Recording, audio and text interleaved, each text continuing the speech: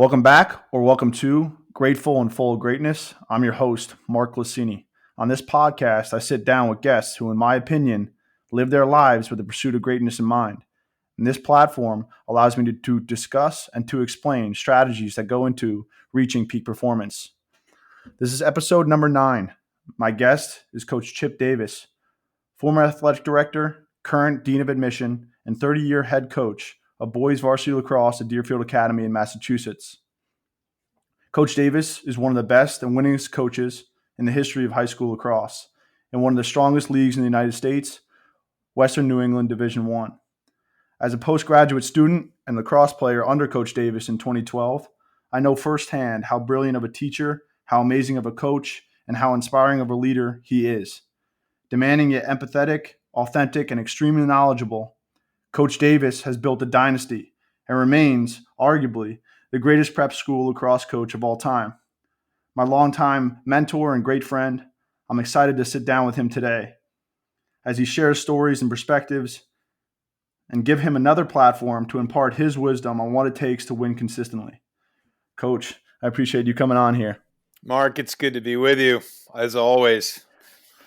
First off, I want to say thank you. There's an age-old quote that we are the 5 people that we surround ourselves the most, and I would say that I'm the 5, a combination of the 5 coaches that have had the most influence on me, and you're definitely one of them. So I really appreciate you, and you've been such a big influence in my life. So thank you. Well, I appreciate that, and I'm humbled to be in the company of your other coaches because I know those are really good men and mentors.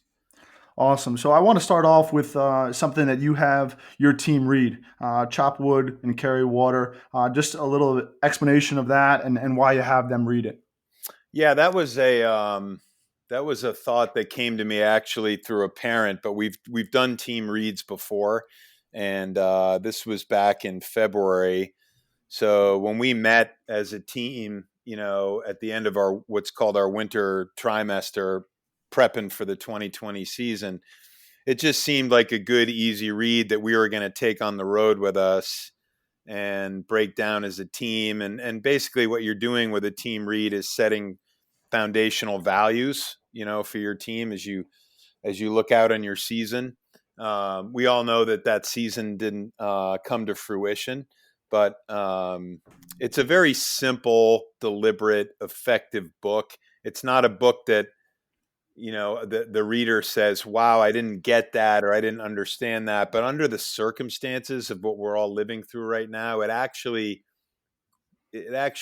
gains in influence and power and impact, I believe, because even the small comment that Joshua Medcalf makes at the end of the book, and he wrote the book long before the COVID era. He talked about very simple rituals, daily expectations of us to have for ourselves, of us to have for others, people we lean on, people we respect.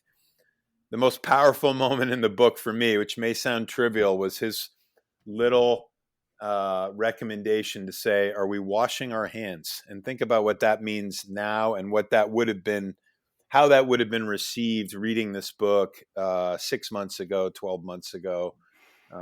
So we had a team Zoom a couple of weeks ago where we just had the kids come on and say, and the book's about mentorship, right? There's a young boy, goes by John. There's a wise mentor, and the metaphoric skill set is archery, being an archer. And it's all about process, right? And in this day and age, one of the things that we struggle with, not only in the educational setting where I'm in, but even in society at large, is this whole tension between the transactional and the transformative, right? So there's necessary value in both of those. And the book teaches patience, and it is intentionally redundant. And it talks about the idea that daily practice may not produce tangible outcomes. So you may not get that transactional juice that we all tend to look for as a short-term means of fulfillment. But the ultimate legacy or lesson of the book is that the chop wood, of course, which you hear contextualized in many ways. I heard it on ESPN the other day. Just a couple of football analysts talking about hammering process, particularly, as we quarantine and have to be a little more self-reliant and have to innovate a little bit in terms of whatever we're doing, our work practices, our fitness, our learning style. So chopping wood is not a static thing, and it's not routine. So there may be a new chopping wood, that comes out of the moment we're living in. So the Yeah. book still worked, even though we didn't get a season to sort of carry it out. One of the things I loved that you said right away is that idea of foundational values, and where that branches to is doing things. I think a lot of our society looks for those simple shortcuts that are going to make a drastic difference. And you see in that book, Chop Wood and Carry Water, kind of that mundane, not sexy ideal where it's kind of like if you do this every single day, although it's not going to change the world in one day, kind of something that I always say is there's nothing more powerful than momentum. So it's better to do a little a lot than a lot a little, because a lot a little leads to burnout or injury or exhaustion. But if you can do those chop wood and carry water daily and incrementally, it can lead, especially if you do it as a group, you being a coach and a teacher, you can get to these great goals. Yeah, I believe in the power of incrementalism, and if you're looking at a slope of a line, and whether it's constant or non-constant isn't that important, but what's its, as to your point, what's its direction? Where is it going? Does it have any predictive value? Does it have a general trend? Can you build off of it? We've all heard many different adages about what you're doing when others aren't watching, that kind of foundational approach to life. And has infinite context, right? We, Definitely. we can we can bond over the sports side of it.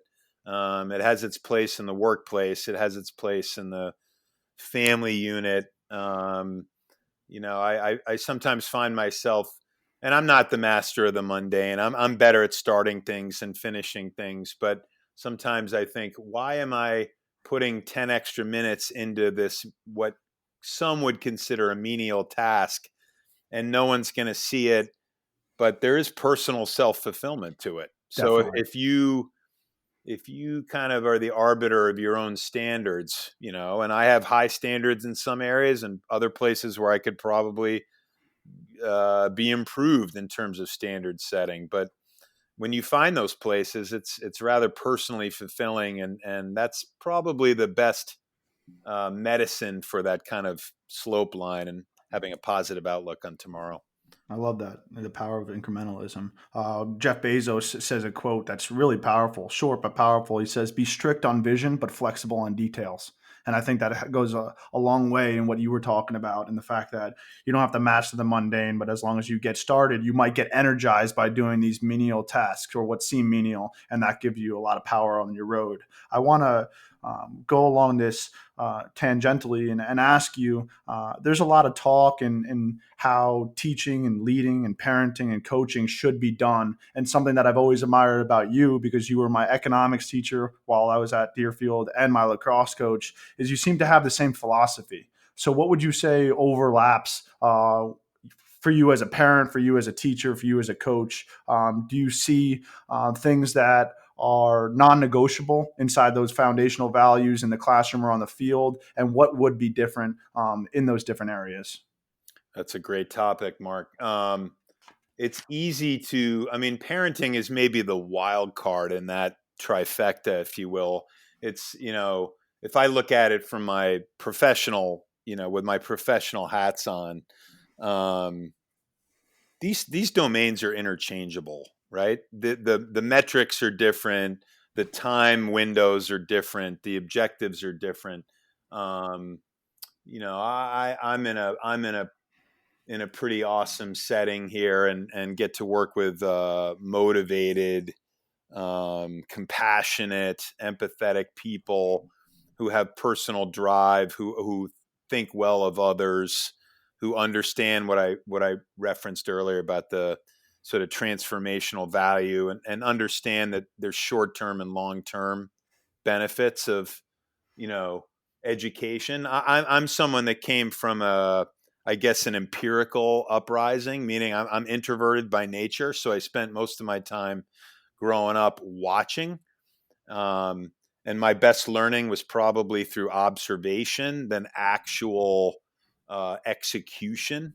So for me, I may be, as you said at the outset, I may be the compilation of many masters, many parents, many mentors. There's this pocket-sized book called "The Students Are Watching," written by Ted and Nancy Sizer, a couple who are lifelong educators, and it just talks about the notion of being a role model, and it's not setting specific. This is anywhere across the educational spectrum, and we all think back to those great sources of inspiration, all the way back to early grade year schools and high school and higher ed and even graduate school, just profound professors. But teaching and coaching are basically interchangeable. One of the things I heard last week that was really eye-opening was our academic dean here at Deerfield was talking about potential changes to what the academic schedule might look like for not only students in our school, but many schools when schools reopen, after the COVID era, and we're trying to limit social contact time. And, this from having been in the environment and at all of your places of education, social contact is a hallmark of any residential educational program, right? So, sitting around a seminar table, sitting around a lacrosse goal, standing around a lacrosse goal, trying to solve problems, with somebody else, with others. You can do that in any context. But what I took away from this idea that our academic dean had was he actually said, in the future of a Deerfield classroom where we may have longer blocks, so teachers are going to have to be a little bit more innovative, because I could probably hold your attention for 45 minutes, in a class. And now if I'm asked to do that for 2 hours, because I'm going to perhaps have students have less, less traverses around their campus over the course of the day. Now I'm going to have to teach 4 different kinds of lesson plans in one block. And he immediately said, our coaches do this better than anyone else. And now the coaches might be teaching the teachers, because we have to do it. Your coaches have had to do it an hour and 45 minutes. They prepare with the same attention to detail and vision that professors do and teachers do. So I just like that, hearing about the dexterity of skill sets and how interchangeable they are, Yeah, one of the things that you touched on really early in the students are watching that I've become such a big fan of is the authenticity of being a leader, right? And you pack a more powerful punch when you kind of live that lifestyle. I loved hearing how you had this empirical upbringing and the fact that you were more introverted by nature. One of the several books that I'm touching upon right now or reading is Quiet by Susan Cain, who's writing about the power of introverts. And that's different for me because I'm very extroverted. So I expect an answer when I call out to somebody, but I'm starting to understand the power of the introvert and how they spend a lot of time in their own mind, right? And a lot of thinking. And I actually felt that as your player at Deerfield, because you did a lot of thinking, and then when you spoke, it did pack that punch that like I was talking about. The next thing I wanted to bring up in that what you brought up in terms of the dexterity is these TED Talks. They found that it's like 18 minutes is the where they have your attention, right? Not too long, not too short, but there is something to be said about keeping people's attention, and the coach has to do it differently than a teacher would. He's not going to have a teacher's not going to have a kid doing burpees or sprints or anything like that, and there's nothing. How do you still make it interesting? And that leads me to the final comment that I wanted to make was about environment. And I felt it when I was at Deerfield. It's just such a contagious environment. About what you said, you had motivated, compassionate people with personal drive, and that makes you want to do more yourself. One of the things that I wanted to get to, and I rather get to it right now because we're talking about environment, is why after all these years have you stayed at Deerfield? I'm sure you had opportunities to leave, but you've been there such a long time. And although your roles have changed, is it that Deerfield environment? Is that why you've stayed there? Or what is it so special about Deerfield that's made you want to be a long-term coach and faculty member? I'm not big on typing up resumes and stuff. So, well, I mean, I just want to go back and touch on the fact that if you were to ask me one of the most 5 influential books I've read, I would have listed Quiet by Susan Cain, because that is, in some measure, introverts are in the minority in society. I've got 2 older sisters. One of my oldest sister is a life coach and is an extrovert off the charts, and always has to draw me out, on family holiday meals and whatnot. And when I go to meetings at school, I'm not the first guy to talk. I'm usually the guy I'm a listener first. But I think what this life has given me is that introverts derive energy from themselves naturally, but being in these roles, and yes, to your point about longevity at Deerfield, I have felt that I've had to pivot from time to time, while in the same environment.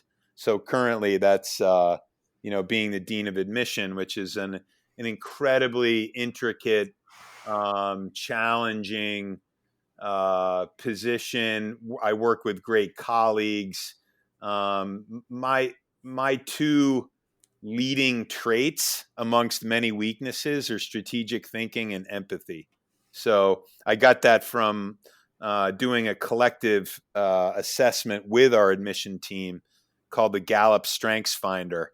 It's an all positive thing. Instead of finding out where your blind spots are, it just affirms, what you're naturally wired to do. And I think those 2 things, and other people have more discipline or they're more collaborative than I am. And you really start to say, well, if you're building your team, no matter what the environment, you can see that others can sell better than I can. I could never woo anybody. I could sell ideas. I could sell them in the classroom. I could sell strategy on the lacrosse field, but don't ask me to sell something tangible. Right. But Deerfield's part of it is the actual physical setting. I've always been a campus guy, so when I used to, when in my younger days of coaching, when a lot of the summer lacrosse camps were at college campuses, I spent a lot of summers at Williams College. I would just love that week that I would get to spend on various campuses and say, okay,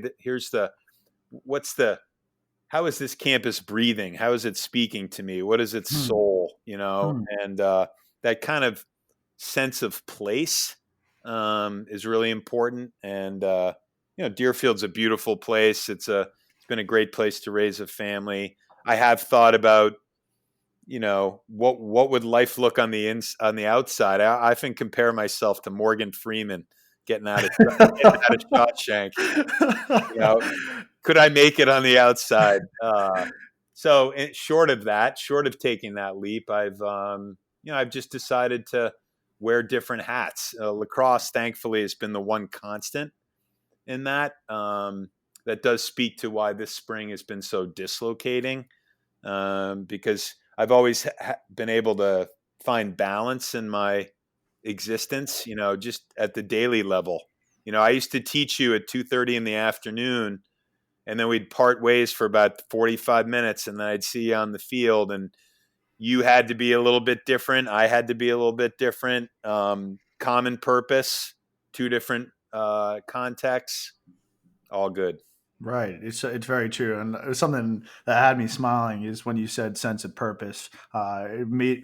Immediately made me think of this Navy SEAL, Clint Bruce, who started a foundation. He does a speech all over the country. It's called All the Way Home. And it's to talk about our military and give them the respect that they deserve. But one of those main topics in it is the difference between here and home. Here is a location on a map, and home is this sense of place that you're talking about. And you could be anywhere all over the globe, but still have that sense of home. And I'm sure there's people have different homes, right? And it's not necessarily the house that they live in. Uh, One of the things that really has stayed with me along your point of being a strategic thinker and your empathy, and I do have a question that comes from this, but one of the lessons that you taught me that stuck with me came from the first night at Deerfield. I was packing into the dorms, and the teachers were saying their 2 cents and giving advice. When you said short and sweet, if you want to be successful here, learn how to manage your time well. And then you looked at the next teacher, and everybody was giving these long-winded answers, and that's all you said. And that really sat with me much more than I don't remember anything else that was said that night. But why is time management so important to you? And what else comes to mind in terms of your philosophy as a teacher or a coach? Some of your non-negotiables or things that you look to embark on your students and your athletes.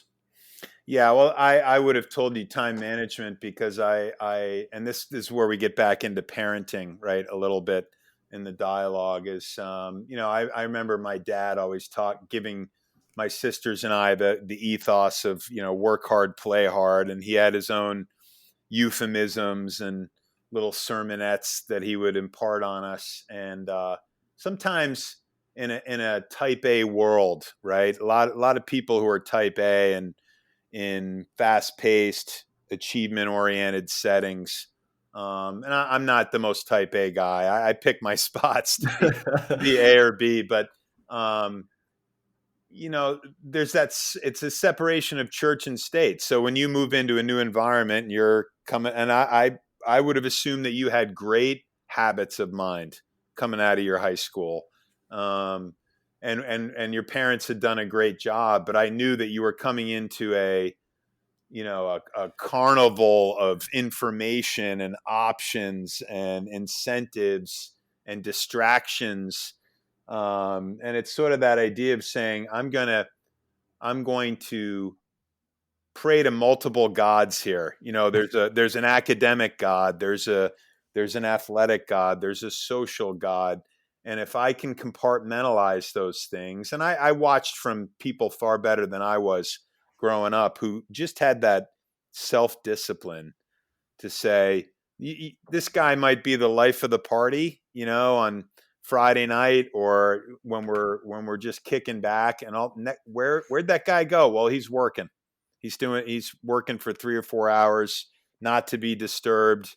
Doesn't matter what your innate intelligence, might be in that circumstance. But that's a difficult thing for kids in our age, cohort that we work with to master. So I'm glad you were listening. I was also the associate in that dorm, so I was just, I was a graying veteran even in 2011 when you showed up. So I just say my piece and try to make my point efficiently. As far as in Violets, I mean, I think any team enterprise you get in, or you become a part of, and my assistant coach Drew Feely does this very, very well. He emphasizes being a good teammate over anything else. And the one thing I was thinking about before we hopped on the podcast was, when you think about people you want to associate with and you want to assemble around you, or choose you to assemble around them, we often mistake, talent as being valuable and for the greater good of the common enterprise. And I think about, there's so many things about talent that are out of your control, right? You want to be on that slope that we talked about. You want to be getting better. You want to be honing your craft or crafts, because I think society mistakes, the value of specialization versus the onset or the presence of talent. Those are not the same things. No, So definitely not. specialization is an attitude to me, and I'm Love that. I'm certainly more a Love that. generalist.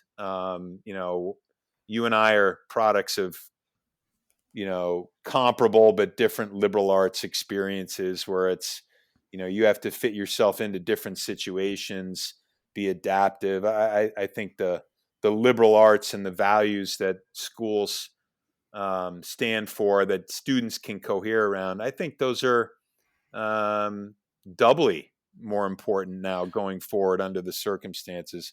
But my point about being a good teammate is I'd rather find 30 good teammates with less talent, because the benefit that they give to the goals of the organization or the team are a lot better than 30 folks with talent who don't understand the impact of their actions or their need for self, against the needs of others. Right. Um, I think along that line, after my year at Deerfield, when I walked on uh, to Yale's campus, we were surrounded by a team of not necessarily 10 out of 10 talent wise lacrosse players. I thought there was a bunch of guys that had the right attitude, that were willing to, not just willing, eager to buy into the process, drink the Kool-Aid, if you will. And they were just gritty. And whenever my friends from home would ask me, how are you guys going to be this year? I just knew, and I would say to them that we're going to scrap for a win, and that's where the Yale lacrosse program started to go into this winning back-to-back Ivy titles, and it was because of good teammates. It was because of accountability. The word accountability came to mind as you were talking there, along with attitude. And I created something because I wanted to give the high school athlete kind of the biggest piece of the pie and make it really simple. So I made it's called the MED method, which is mission, environment, and then what you talked about, discipline or self-discipline. And I feel like if you can do those three things really well, that is so much of the pie that it's time you set your mission, you write it down and have an idea of what you want, then be in an environment like Deerfield with highly motivated individuals. And then that third and final thing is where the great teammate comes along, is the self-discipline to say no to the party and yes to the extra work. I want to go on the thread that, Coach, although you're a veteran and you said a joke there, you're also a successful veteran, right? You won 13 Western New England titles, right? A lot of championships at Deerfield during your 30 years there as a head coach. But another word that comes to mind for you is how much is trust, and how much you trusted me. Like late in games in 2012, I felt that it helped me believe in myself, that you were willing to put the ball on my stick and not say too much about it, but you trusted me to go make a play. And we had some overtime wins that year. But trust is really something that stands out for you as a coach, at least to me. Where did that come from? Did that come from your childhood and your experiences from your parents, or did you learn that along the way? Or where do you think your trust in athletes and students came from? that's awesome. Yeah, I would. Yesterday was Mother's Day. I spoke to my 89-year-old mother, and we did talk a little bit about trust. And though my father's passed on, he was an influence in terms of self-reliance. And again, it goes a little bit back to that empirical, the way I'm wired, to watch others. And I think about teachers that I had and people who just dropped little comments along the way saying, I think you should go into teaching, or I think you might enjoy coaching.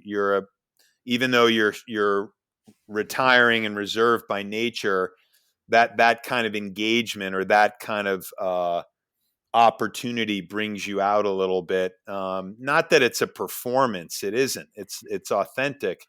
But the source of trusting student athletes or students begins with communication, right? So the first time I met you, Mark, we were sitting in the football bleachers at Deerfield in the fall. I want to say the fall of 2010. And though you are an extrovert, you were just checking things out, and you were kind of forming a picture, a panorama of what this extra year in your high school education was going to look like. And you were watching us, so to speak, or it, and I was watching you watch that. And I was, I'm a little bit of just to borrow from another book, I'm a little bit of a blink guy, somewhat to a fault, but I'll be. and I hope that not too many prospective students for Deerfield might listen to this podcast, because when someone walks into my office for an interview, when we're about 3 minutes in, I've formed a fairly decent, albeit adaptable thesis on on a student or on a candidate. So the impression someone makes, the body language, the sense of purpose that they have, as you were speaking about a minute ago. So the beauty of lacrosse, having, I played lots of sports. I played 3 sports in high school. I played 2 sports in college. And when I got finished with football and lacrosse at Bowdoin, I was ready to hand football back to the gods, so to speak, but I wasn't done in lacrosse. I just felt like lacrosse is that excellent balance of creativity and structure. And I coached football here for 30 years and loved it. And nothing's better than a fall Saturday. But I still look forward to lacrosse practice. I honestly do. I look forward to it. And it's, there's something about watching kids figure out things for themselves and problem solve. And they have to communicate their way through their own struggles. So often teams are their own worst enemies. It's not the opponent. The opponent is thinking about themselves and Beautifully put. presenting challenges. But if you can build your own house, I mean, this goes back to chop wood, carry water. And what does that mean in lacrosse? That's got to start with defensive communication, right? And I've been one of those guys in lacrosse where if you kind of have the front of your goal taken care of, and you can clear the ball, and you probably heard this more than you needed to in your 1 year with us, but clearing the ball, it's like washing your hands. According to Joshua Medcalf, you got to clear the ball. It's a zero-sum game, lacrosse. Zero-sum game. And those simple fundamental things, communication and taking care of the ball, will get you far. Well, I really want to just reemphasize what you said about build your own house. And ever since I became obsessive with the mental game back in college as a junior, and really taking the reins of it and now teaching it and preaching it, I think build your own house is a wonderful way to not only become better at your craft, but be better for those around you. Right. And I think clearing is a great example for the non-lacrosse listeners to this podcast. Clearing is one of those things that you should do every time. And if it's closer to 50% or less than that, I can almost guarantee it. I coach, you would agree that you're not going to be winning those games if you're not doing those type of things on the stat sheet right. There was a lot that you gave me, though, in that answer about trust. Is first your response about communication. I say there's a transitive property. It goes communication leads to trust, whether that communication is mean or if it's critical, it's still honest and it's effective. That leads to trust, and that person that you're talking to can know that you're going to give them the right answer, even if it hurts their feelings. And then the third part of that transitive property is undying commitment. And if you have constant, effective, and honest and open communication, that leads to trust, which leads to the undying commitment. Then you talked about Blink, and for the listeners, I want them to know what that is. It's a Malcolm Gladwell book about thin slicing, which says that snap judgments are almost as good as thinking about it for a long length of time.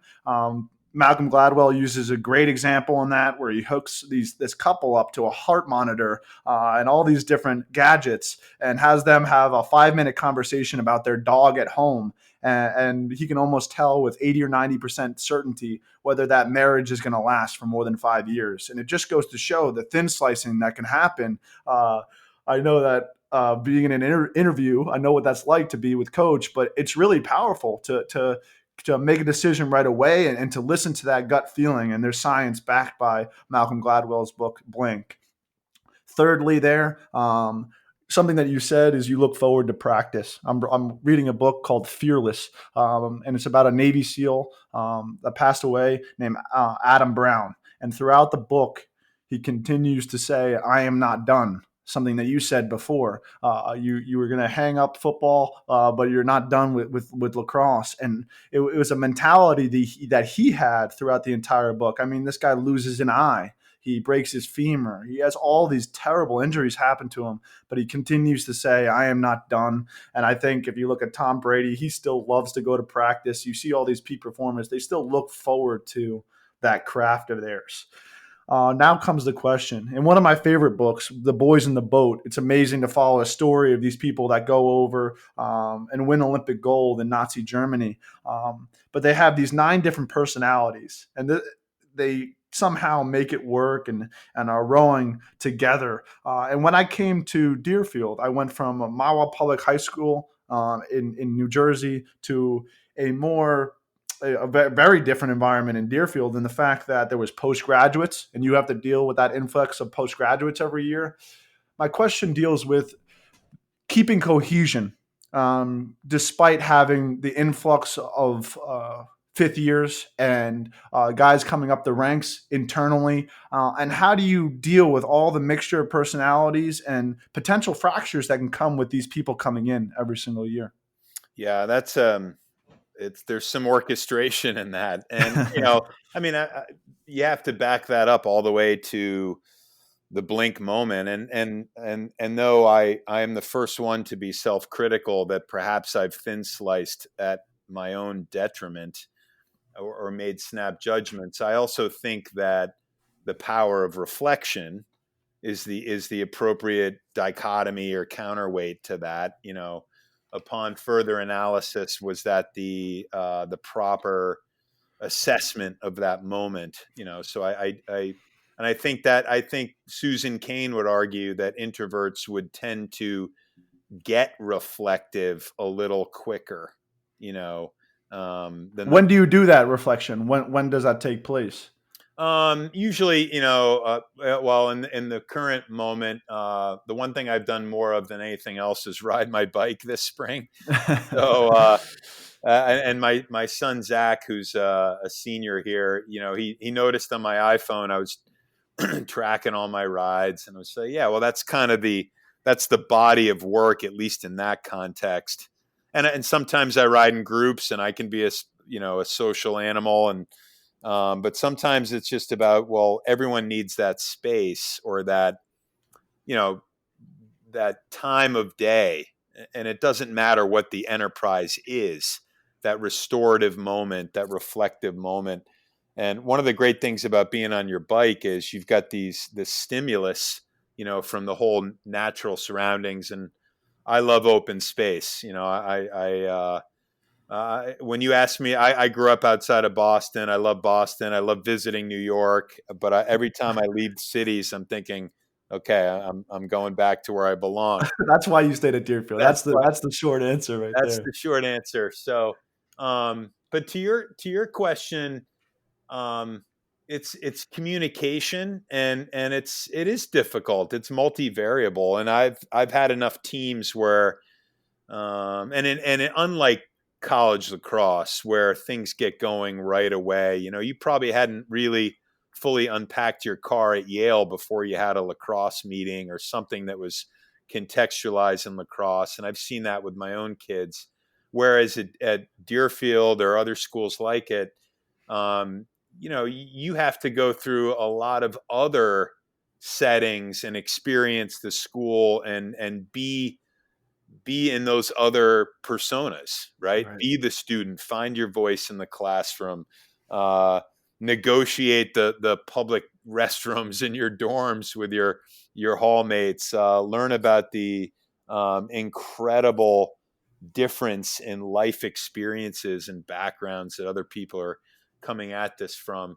So when you get to lacrosse season, the benefit of being a spring coach is that, when you're trying to put this all together, you're at least 6 months into a school year. True. So, we have a sense of persona and how, where are the social bonds and where might there be challenges or, fault lines that could happen. And I think back to successful teams, and yes, you gotta, at some point, that you have to put the ball in the net, you have to have some ability.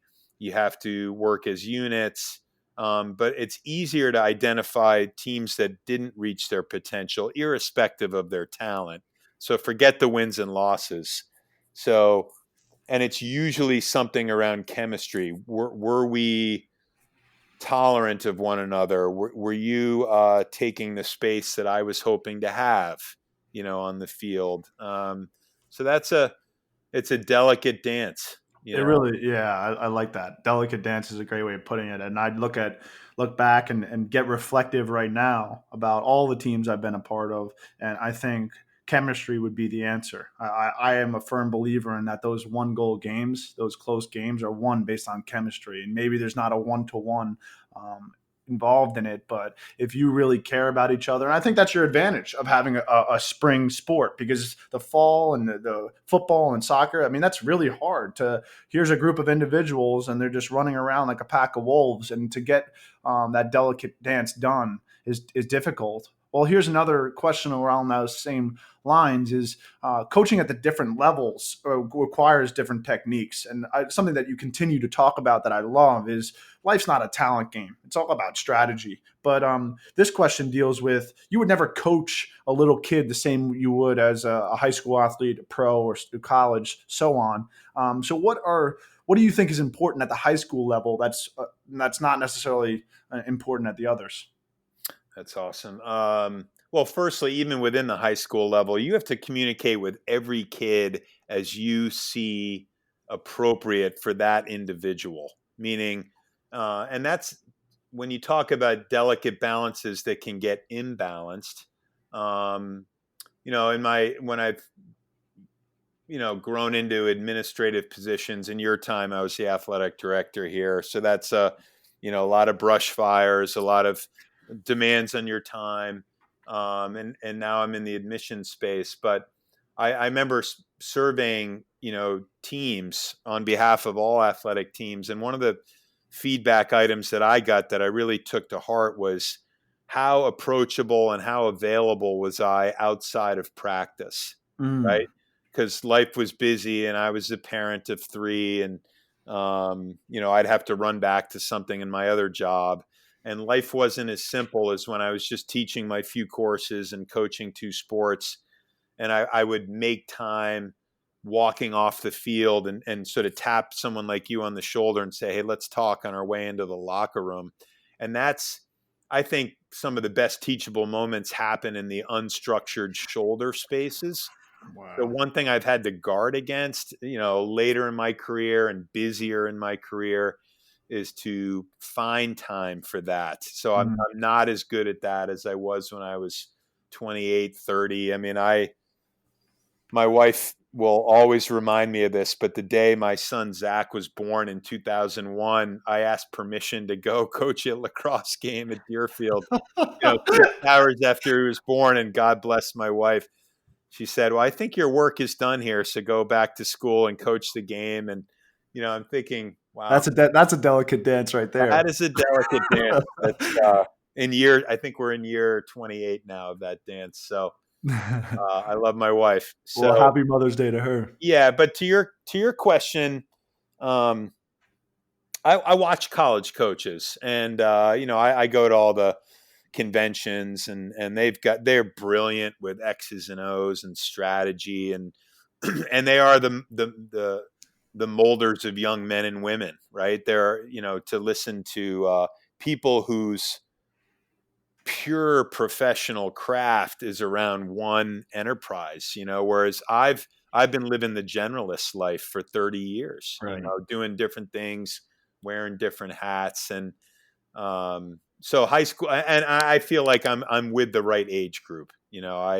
I've watched teachers that my kids have had growing up and think, boy, that's a skill set that I just don't have. And my reverence for them and what they do and how they do it. Just like, high powered um, experts in their respective fields. I think about graduate school professors I had, or, um, college coaches. Everyone has to find that right, place along the highway, so to speak. If you know you want to be an educator, then figure out where that pocket is where you can be effective and make a difference. But coaching college kids is, I feel like I'm a bit of a romantic by nature. So I feel like, I think the kids will listen, 16, 17, 18-year-old kids. And I've often wondered, what is that? It's not that the depth of engagement is less in college. In fact, it's more in terms of the quantity of time commitment and what it requires. So maybe I'm someone that's understood the fact that less is more, so that I don't get the whole year with my players, so that I can look forward to practice every day, that it's an operation of scarcity, that we don't have each other for the whole arc of the school calendar. You remember you were a basketball guy at Deerfield, and you had that was its own encapsulated experience for you. And I didn't want to invade that experience for you. I wanted to be on the sideline. And I think I remember you presenting roses to our equipment manager, Norm, on the day before your last basketball game, and just being like, that was just kind of a moment that, I didn't have to have any part of that except to be witness to it. Right. So that speaks to that, to the buffet that is, the liberal arts kind of experience. Yeah, many things there's fireworks going off in my mind right now because there's many things that you bring up that I want to touch on and I want to make sure we cover. And one of them was that finding time. And you said something, those unstructured shoulder spaces. I think coaches and parents alike should search for those moments because you're so busy, right? Especially throughout your craft that you just have to find those moments. And there's sometimes you don't even have to say anything, right? Just your presence of being there. And I remember walking off the field with you. And it wasn't that you said anything earth shattering, but there was that empathy and I felt it, right? And I think it's a short and simple word, but time is really important, and finding that time and being available is huge. Something that I've always admired about you as well is your awareness, and you've always been watching what's going on. You've always been observing. I think people get caught up chasing two rabbits rather than just observing the landscape. And I want to do a deeper dive since you've used the term many times already. But you and I both love this book, Range, by David Epstein, and kind of the joke that he uses in the book is nowadays it's not just an ear doctor. There's a left and right ear doctor, and it's just a joke on how things are getting too specialized. But how has being a generalist helped you traverse from different experiences, from coach to teacher to your changing of roles at Deerfield? Do you feel like one that you relate to that book in Range, and kind of what was your takeaway in that book? Yeah, I do relate to that book. So that, again, a little bit like Quiet, that book was handed to me by an ed consultant, actually, whom I met overseas, as part of my job. And I'd heard about the book, but I hadn't, found the time to grab it in the airport, for my next flight. So when reading that book, I thought, well, this is why my latest professional transition was both challenge and opportunity. So Right. coming into a space with very professional, experienced colleagues who'd been at the craft for many years. Our office was a low turnover operation, and I was the outsider. So though I'd been privy to the admission process, both as a coach and reading files and assessing students, for their promise at our school, primarily as a teacher and then a bit as an athletic director, mining for talent, so to speak. What I found is that I brought the teacher's eye to the admission process, and that was not without static. Um, one of the moments that stuck with me with Epstein is he talks about pre-modern villagers and this notion that your expectations about the future are the aggregate formed experiences of the past, right? I taught you this in economics, in theory, like what was called at the time, and it's a misleading term, adaptive expectations, that what we think is going to happen is a function of everything that has happened. And what I found in my new workspace was that, people didn't give value or amplitude to that X factor, right?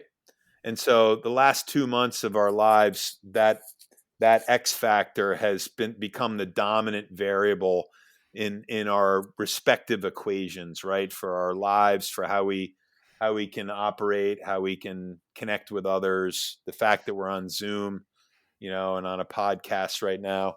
Um, and I think having that generalist background of being able to step into different circumstances and not with any presumptive expertise, as Epstein talks about. But I think being a generalist and being a listener allows you to say, I'm going to soak this in, as you observed, and whatever you were observing about my coaching demeanor. My other fellow coach, Jan Flaska, is he's a soccer guy by background, and Great man. he likes to. I think he models his coaching style after what you see in professional soccer, where sometimes coaches they're literally standing behind the bench, and they treat that moment, that competitive moment, as the application of their teachings, their planning, their strategy, and they truly say, this is the moment for you to figure it out. Hmm. Right. And I can't say that I probably talk more than I should you know, in the moment game situations. And, one thing that coaches need to constantly remind ourselves of is you can't control it. No. You just can't control it. Right. And it's probably football that's that symbol of organized sports where the media or the fans want to think that, is this really in somebody's control? Is Right. that architect on the sideline really going to control the outcome? So, this speaks back to the trust issue of saying, hey, I'm not only I may be the coach, I may be the mentor, I may be the role model, but I'm also, and this is why when you asked me to prepare for this podcast, I said anything that a former player or a former student goes on to do, sometimes in my presence, during the short time that I have with them, but moreover, long beyond my interaction with them, is probably the greatest source of pride that you can have. So why not start that empowerment, in your classroom, on your field? Um, and I just think that I'm glad that Epstein articulated what I said a minute ago about the difference between specialization and talent. That I'm overusing this word, but I don't get behind the notion of specialization as an attitude. If you land there, if you land at the top of your respective field because you studied it, and you figured out a way to maybe adapt within it or innovate within it, then that's awesome.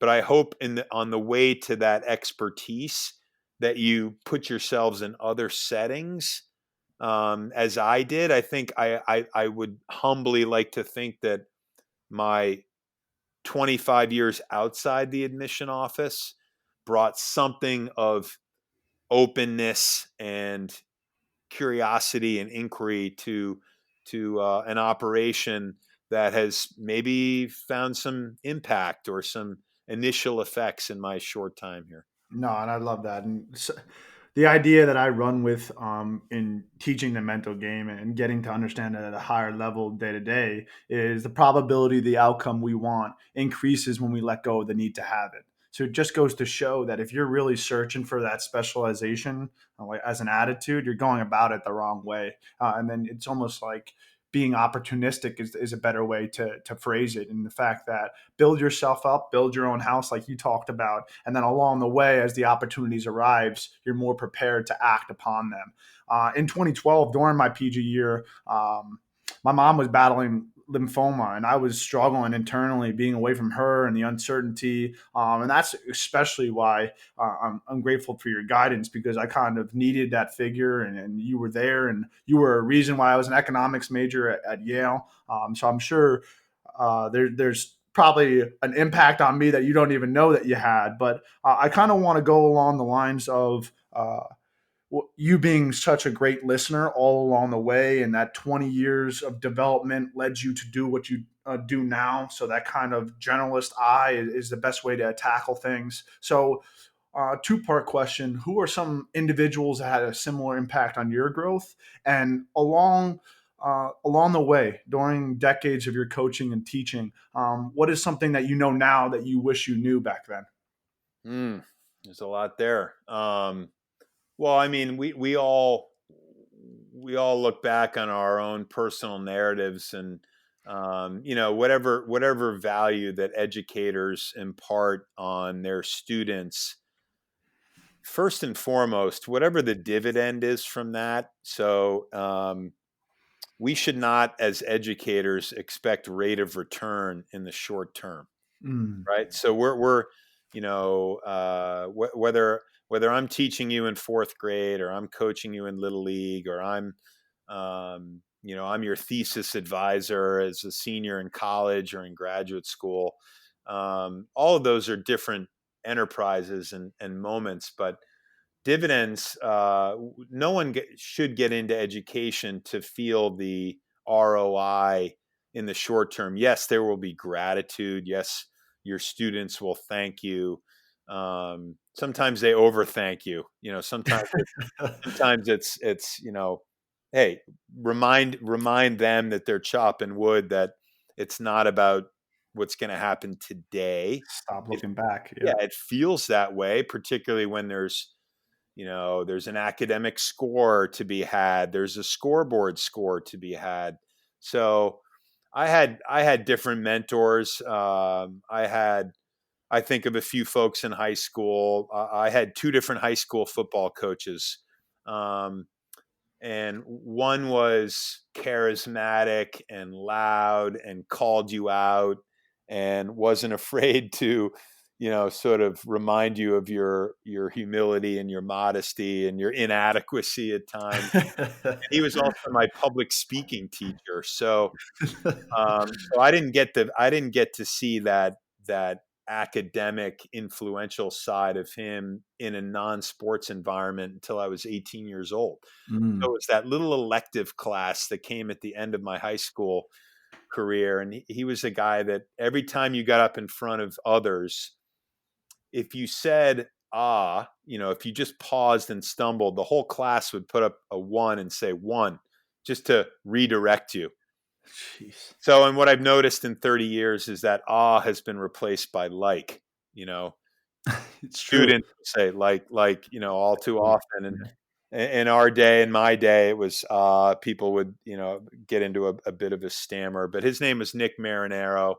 He was from New Jersey. He played football at Villanova, and There you go. and the other guy was a guy named Lee Sargent, who was a bit more of a Belichick guy. A very cerebral, tactical, efficient football coach. And he went on to coach at Tufts. So he took a sabbatical when I was a senior from our school, and I had moved on to Bowdoin by the time he returned. So I had that sort of two father kind of upbringing in football, and football was my thing, in high school, and that kind of morphed into lacrosse more in college as my love for lacrosse gained. I also had a teacher that I lived with. My parents divorced when I was 14 years old, and I was, a bit of an unchained melody at age 15 and 16, and had amicable relationships with both of my parents.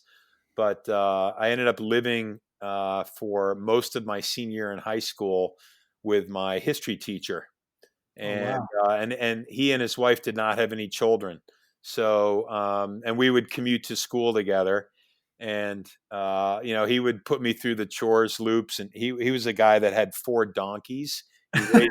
He raised donkeys. So picture me at 18 years old, earning my keep, cleaning out the stalls, hauling it back. And he and my father really bonded over that because my dad was old school, and I was doing Saturday chores and You whack. were you were chopping wood, carrying water I early was on. chopping wood, and now that the one house my wife and I own is up in Vermont, and there's a lot of work to do up there. There you go. Like, and I just, when I'm cleaning out my woods, I just smile and I think of my dad going, he's loving this right now as I come out of the woods and I'm, hacking stuff, trying to do battle with the lawn and whatnot. But a lot of mentors are in your own collegial space.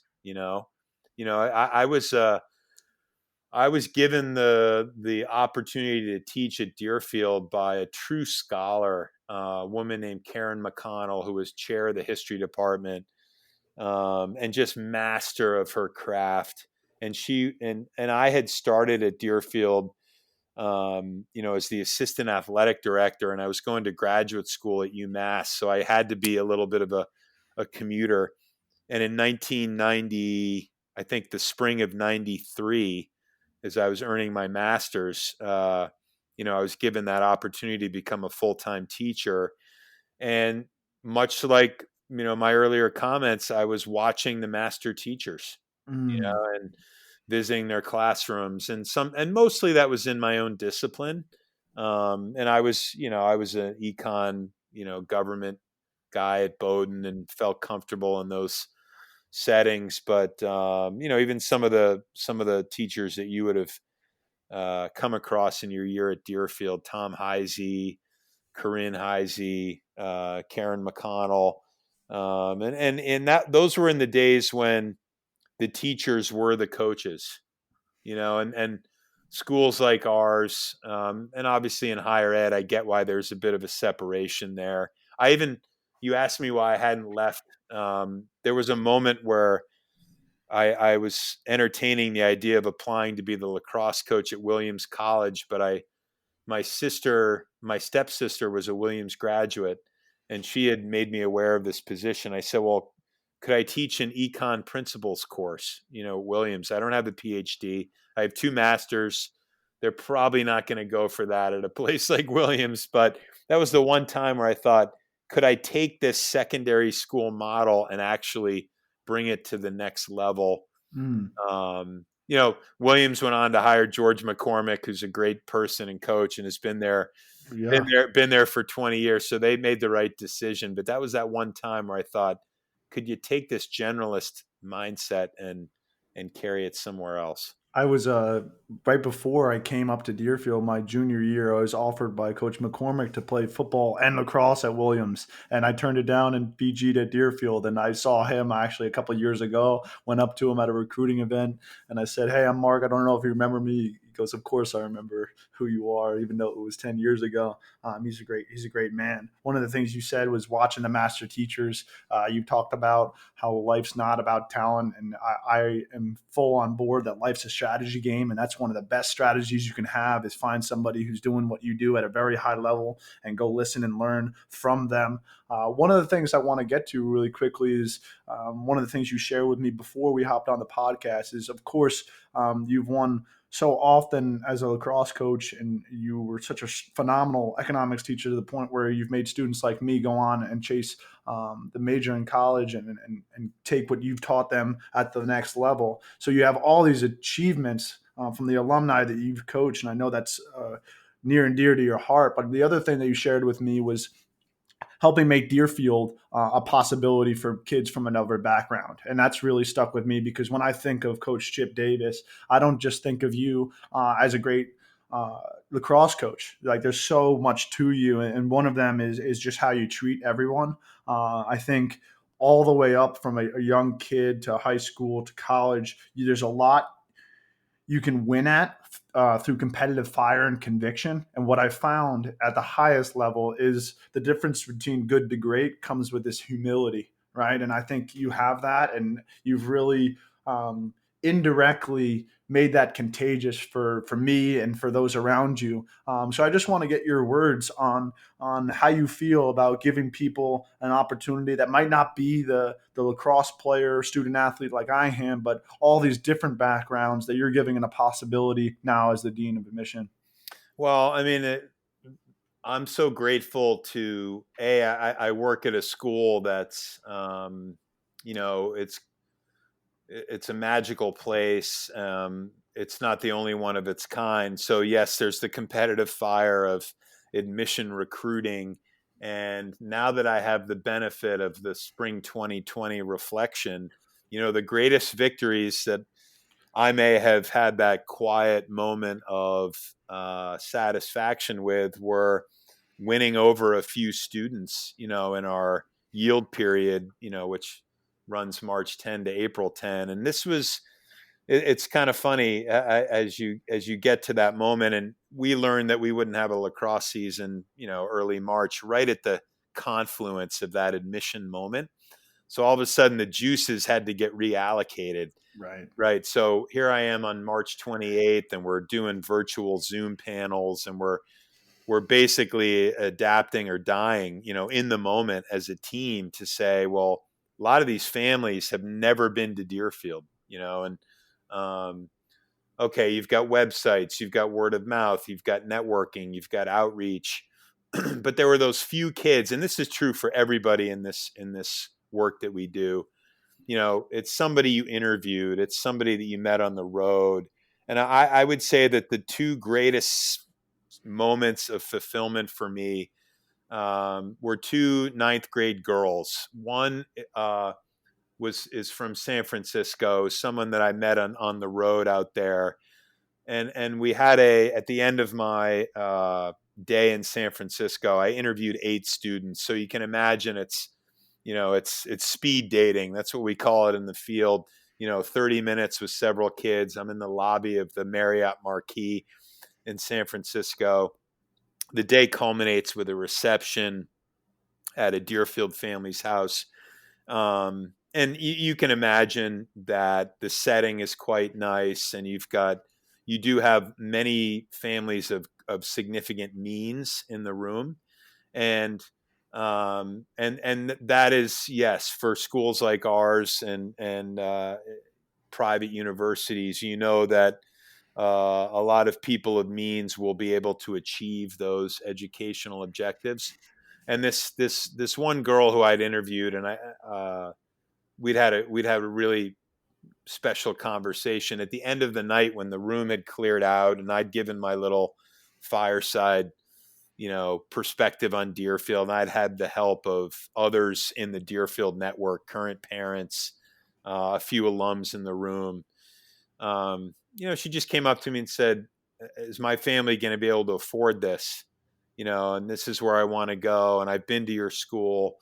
So a month later, I had to fight for it at the admission table, and we all have to, put our chips down on the kids we really want. And sometimes, that, speaking of delicate dances, imagine being the dean of admission and the head lacrosse coach, and you have to sort of pick your spots and say, no, this may be an influential lacrosse player, but it's someone that's going to be good for our community, and I have to be able to defend all things about that candidate, Right.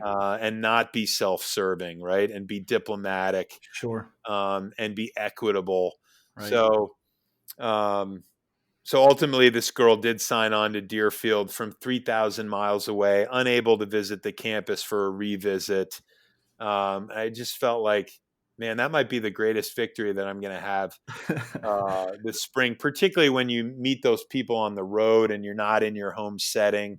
And another one was a fellow ninth grade female student who was just smarter than smart, was just an incredibly scholarly, curious young woman, just unlimited potential.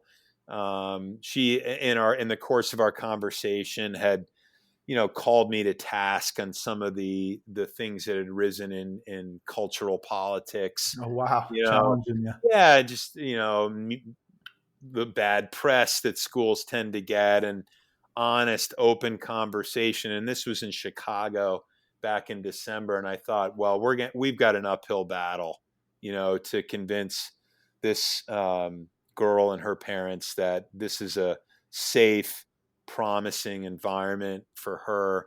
And it was just, it was chop wood at its finest, I and love it. it took everyone's effort. And when she signed into Deerfield in our database, it was like you just won the league championship. You know, I was just about to say, like, these wins sound like you're getting as excited as a championship, and that's what I love about it. yeah, and life is about those small victories. So and on the lacrosse field, I remember having to remind our team once that they just won the New England title because they had, and this was a few years back, and because they were sort of in it for that game and that day, and it was sort of like they'd lost track of the big picture, like Big picture. where do we fit in the standings, and what's going on in that game down the street that's going to have influence on us. And you can't control that. You can't control what the other guy has, as my good friend Mike Salippo would say all the time in football, like, control what you can control, Right. right? Um, so those have been the victories of 2020, and it gives you perspective to say, if you are part of a solution or an opportunity to change someone else's life, and it's a credit to them for having all the tangibles and intangibles that schools like ours would look for. Well, I'm glad that we gave them access and we could make it possible. Education is supposed to be the great leveler, right? Yeah. And the more I hear about the inequalities or inequities in education, the more the education isn't serving the common good. Right. And I started this in the introduction talking about people can expect to listen how to win more consistently because you've won so much as a lacrosse coach. But it's more than that. It's much more than that. And I think what you talked about before, there used to be a time where the teachers were the coaches.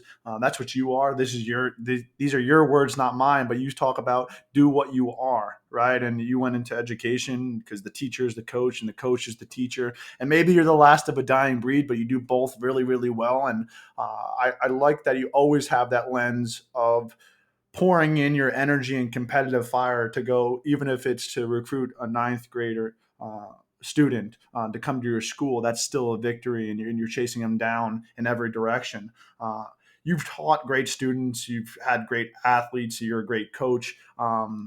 It's impossible to argue your greatness on the lacrosse field or as a teacher. But in your eyes, and going along this uh, talk about having these great students that are thinking about coming to Deerfield and the alumni that have gone off after Deerfield, how would you define greatness? Mm, wow. Well, the minute when you were asking that question, I started to picture individual people. Um, this is hard because now I'm being selective, and if you were to ask any teacher, they'd be able to name and recount stories about people's evolution. And I was, God, I am a collection of different parts and different stories and missteps and mistakes, and I think I serve better by helping others sometimes than helping myself. But when I think of excellence in others, um, I had a student once who, a few years before your time, he arrived at our school as a new junior, talented athlete, three-sport athlete. I had him in class, and as you recall from diving into econ class, the beginning is not the easiest thing. It's this kind of trial by fire jump into abstract thinking, right? And abstract thinking for teenagers is not the easiest thing because we're soaked in rote memorization when we're young, and then we start to interpret and think critically, reading books and breaking them down and analyzing scientific data all gives us a little bit of a leap forward to that. But this guy, his name's Dan Shribman. I think he had a 79 at the midterm in my class, and he was taking it as a junior. So he was, I think he'd been given credit for his U.S. history, excuse me, at his old school. So he just leapt into this, I think he'd heard on the street that there was some rigor in this class, and what it would be challenging, and particularly the first 6 weeks when you're trying to build that new way of thinking, the applied thinking, the abstract thinking. And unlike many, and I imagine that I would have been different at his age, the way he received the grade, a lot of people, they'd say, well, what's wrong with the teacher, or what's not happening in the classroom? And he just sort of took that initial feedback and said, okay, I got to figure this out. And though I may have had a little bit of a coach role within my teaching capacity, and said, well, let me give you a few ideas on how to strategize, wasn't for lack of effort, right?